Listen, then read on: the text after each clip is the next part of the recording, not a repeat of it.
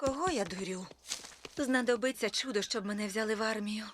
Мулан, принцеса Діснея, яка ще задовго до Меріди та Моани, показала дівчатам те, що вони можуть бути не тільки красивими, а ще й розумними, талановитими, сильними та незалежними. А яким чином це було показано у мультфільмі, я хочу розібрати разом з вами. Отже, мультфільм починається з того, як Мулан готується до зустрічі зі свахою, наносячи собі на руку шпаргалку з правилами, які повинна була вивчити. Далі займається домашнім господарством в досить незвичний спосіб. Проте я знімаю шляпу перед такою винахідливістю. А після чого приносить лікувальний чайок своєму батьку, а той, в свою чергу, благословляє її на хорошу зустріч з свахою. Піду, мабуть, ще помолюся. А на фоні починається пісня «Це честь для нас», яка дуже гарно демонструє, які правила та очікування суспільство висуває до дівчат, проте в які зовсім не вписується Мулан. Загалом, з самого початку мультфільму є багато деталей, які показують, як Мулан робить не те, що хоче сама, а те, що від неї очікують. Але усвідомить вона це значно пізніше. Прославити наш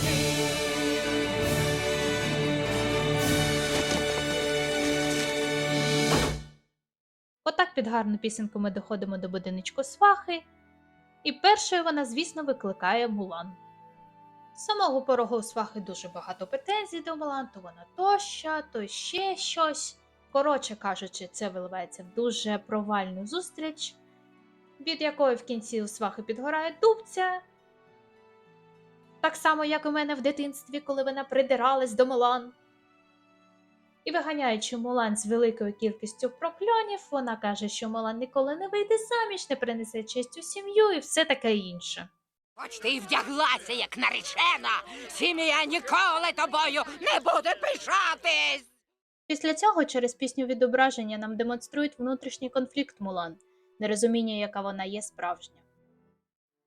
Себе справжню в дзеркалі, як мені знайти.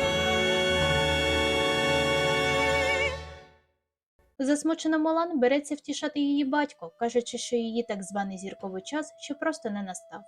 Розмова переривається появою військових, які оголошують призив на службу через напад гунів на Китай. Батько Мулан з мужністю приймає цю новину, хоча уся сім'я розуміє, що з його здоров'ям йому не повернутись вже живим. І це все стає приводом для сварки. Я йду боротися за праве діло. Але якщо Я ти... знаю своє місце, а тобі слід пам'ятати своє. Дивлячись, як батьки прощаються, Мулан приймає рішення піти замість батька. А на фоні починається саундтрек, від якого у мене кожен раз бігають по тілу мурахи.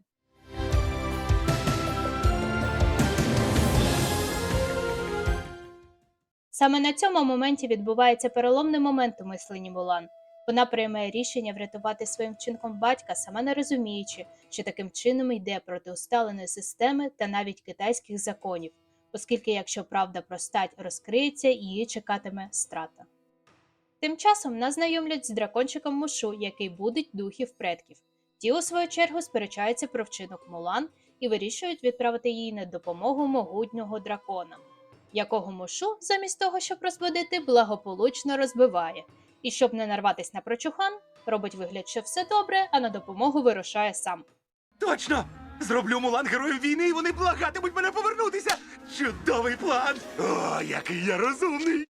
Мушу знаходить Мулан недалеко від військового табору, де вона провально репетирує свою появу. Проте дракон запевняє її, що все буде добре.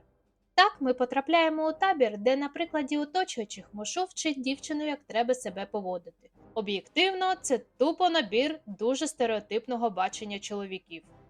Та й загалом поради Мушу викликають великі сумніви і призводять до сильного безладу, за який усі несуть покарання від командира Лі Шена.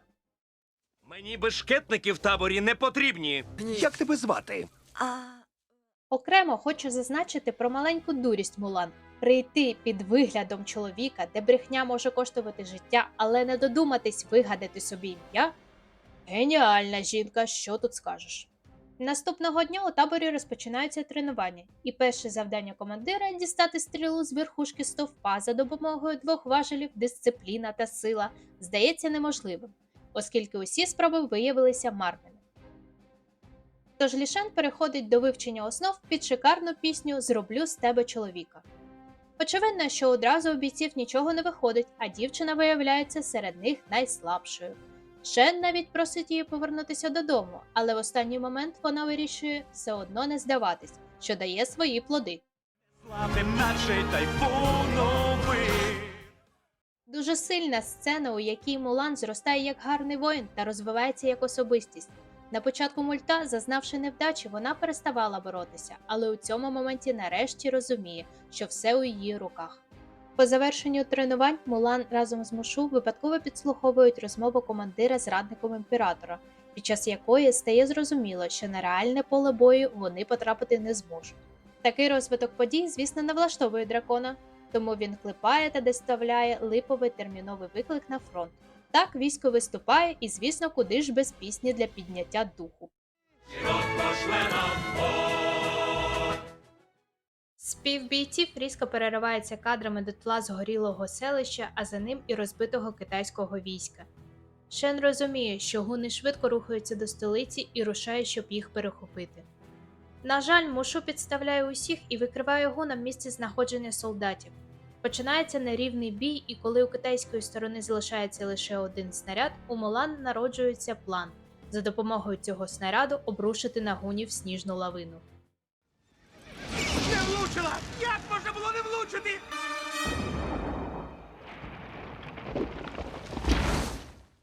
План, звісно, хороший, але наражає на небезпеку усіх без винятку. На щастя, китайським бійцям, у тому числі Шену і Мулан, чудом вдається врятуватись.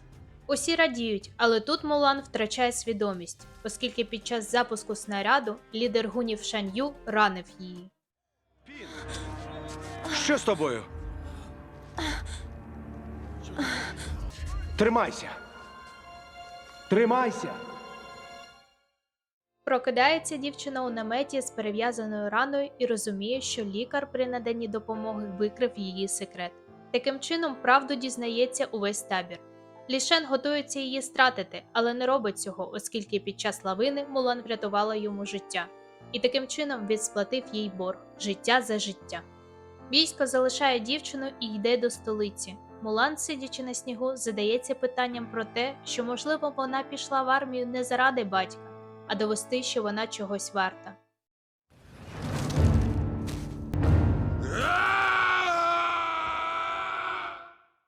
Коли Мулан вже вирішує повернутись додому, лунає крик гунів, які змогли пережити лавину. Вона розуміє, що повинна попередити всіх, тому теж вирушає до столиці. Добравшись у місто, вона розповідає усе Лішену, але той їй не вірить, як і інші люди у натовпі. Оскільки вона стала для оточуючих знову жінкою, вони перестали сприймати її слова серйозно. У цей час гуни скидають свої маскування і викрадають імператора, зачинившись у палаці прямо під носом у Лішена. Китайські солдати безуспішно намагаються попасти всередину. Мулан розуміє, що так діла не буде, і вигадує інший план. Разом з друзями та Шеном вони проникають у палац, піднявшись по колонам так само, як на тренуваннях. Трійка друзів перевдягаються наложницями та відволікають вартових. Шен проникає до зали з Шан Ю, згодом підтягуються усі інші та рятують імператора.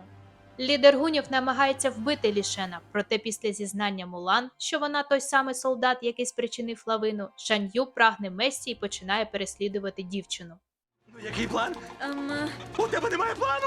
ні, я імпровізую.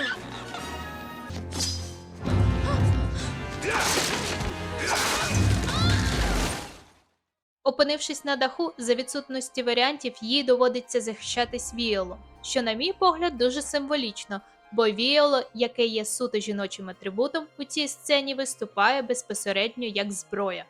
Отож Мулан перехоплює таким чином меч Шан Ю, поки за спиною Мушу запускає у ворога феєрверки. Дівчина з драконом рятуються, а гуни переможені. Геть з даху, геть з даху.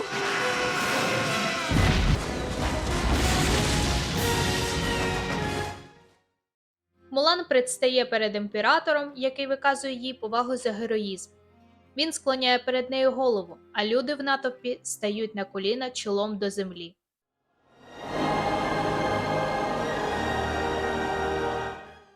Це саме той момент, коли Мулан отримує суспільне визнання за її вчинки, незалежно від статі. Після цього дівчина виказує бажання повернутись додому, і імператор віддає їй свій медальйон та меч Шан'ю як символи, що зможуть послужити честі сім'ї.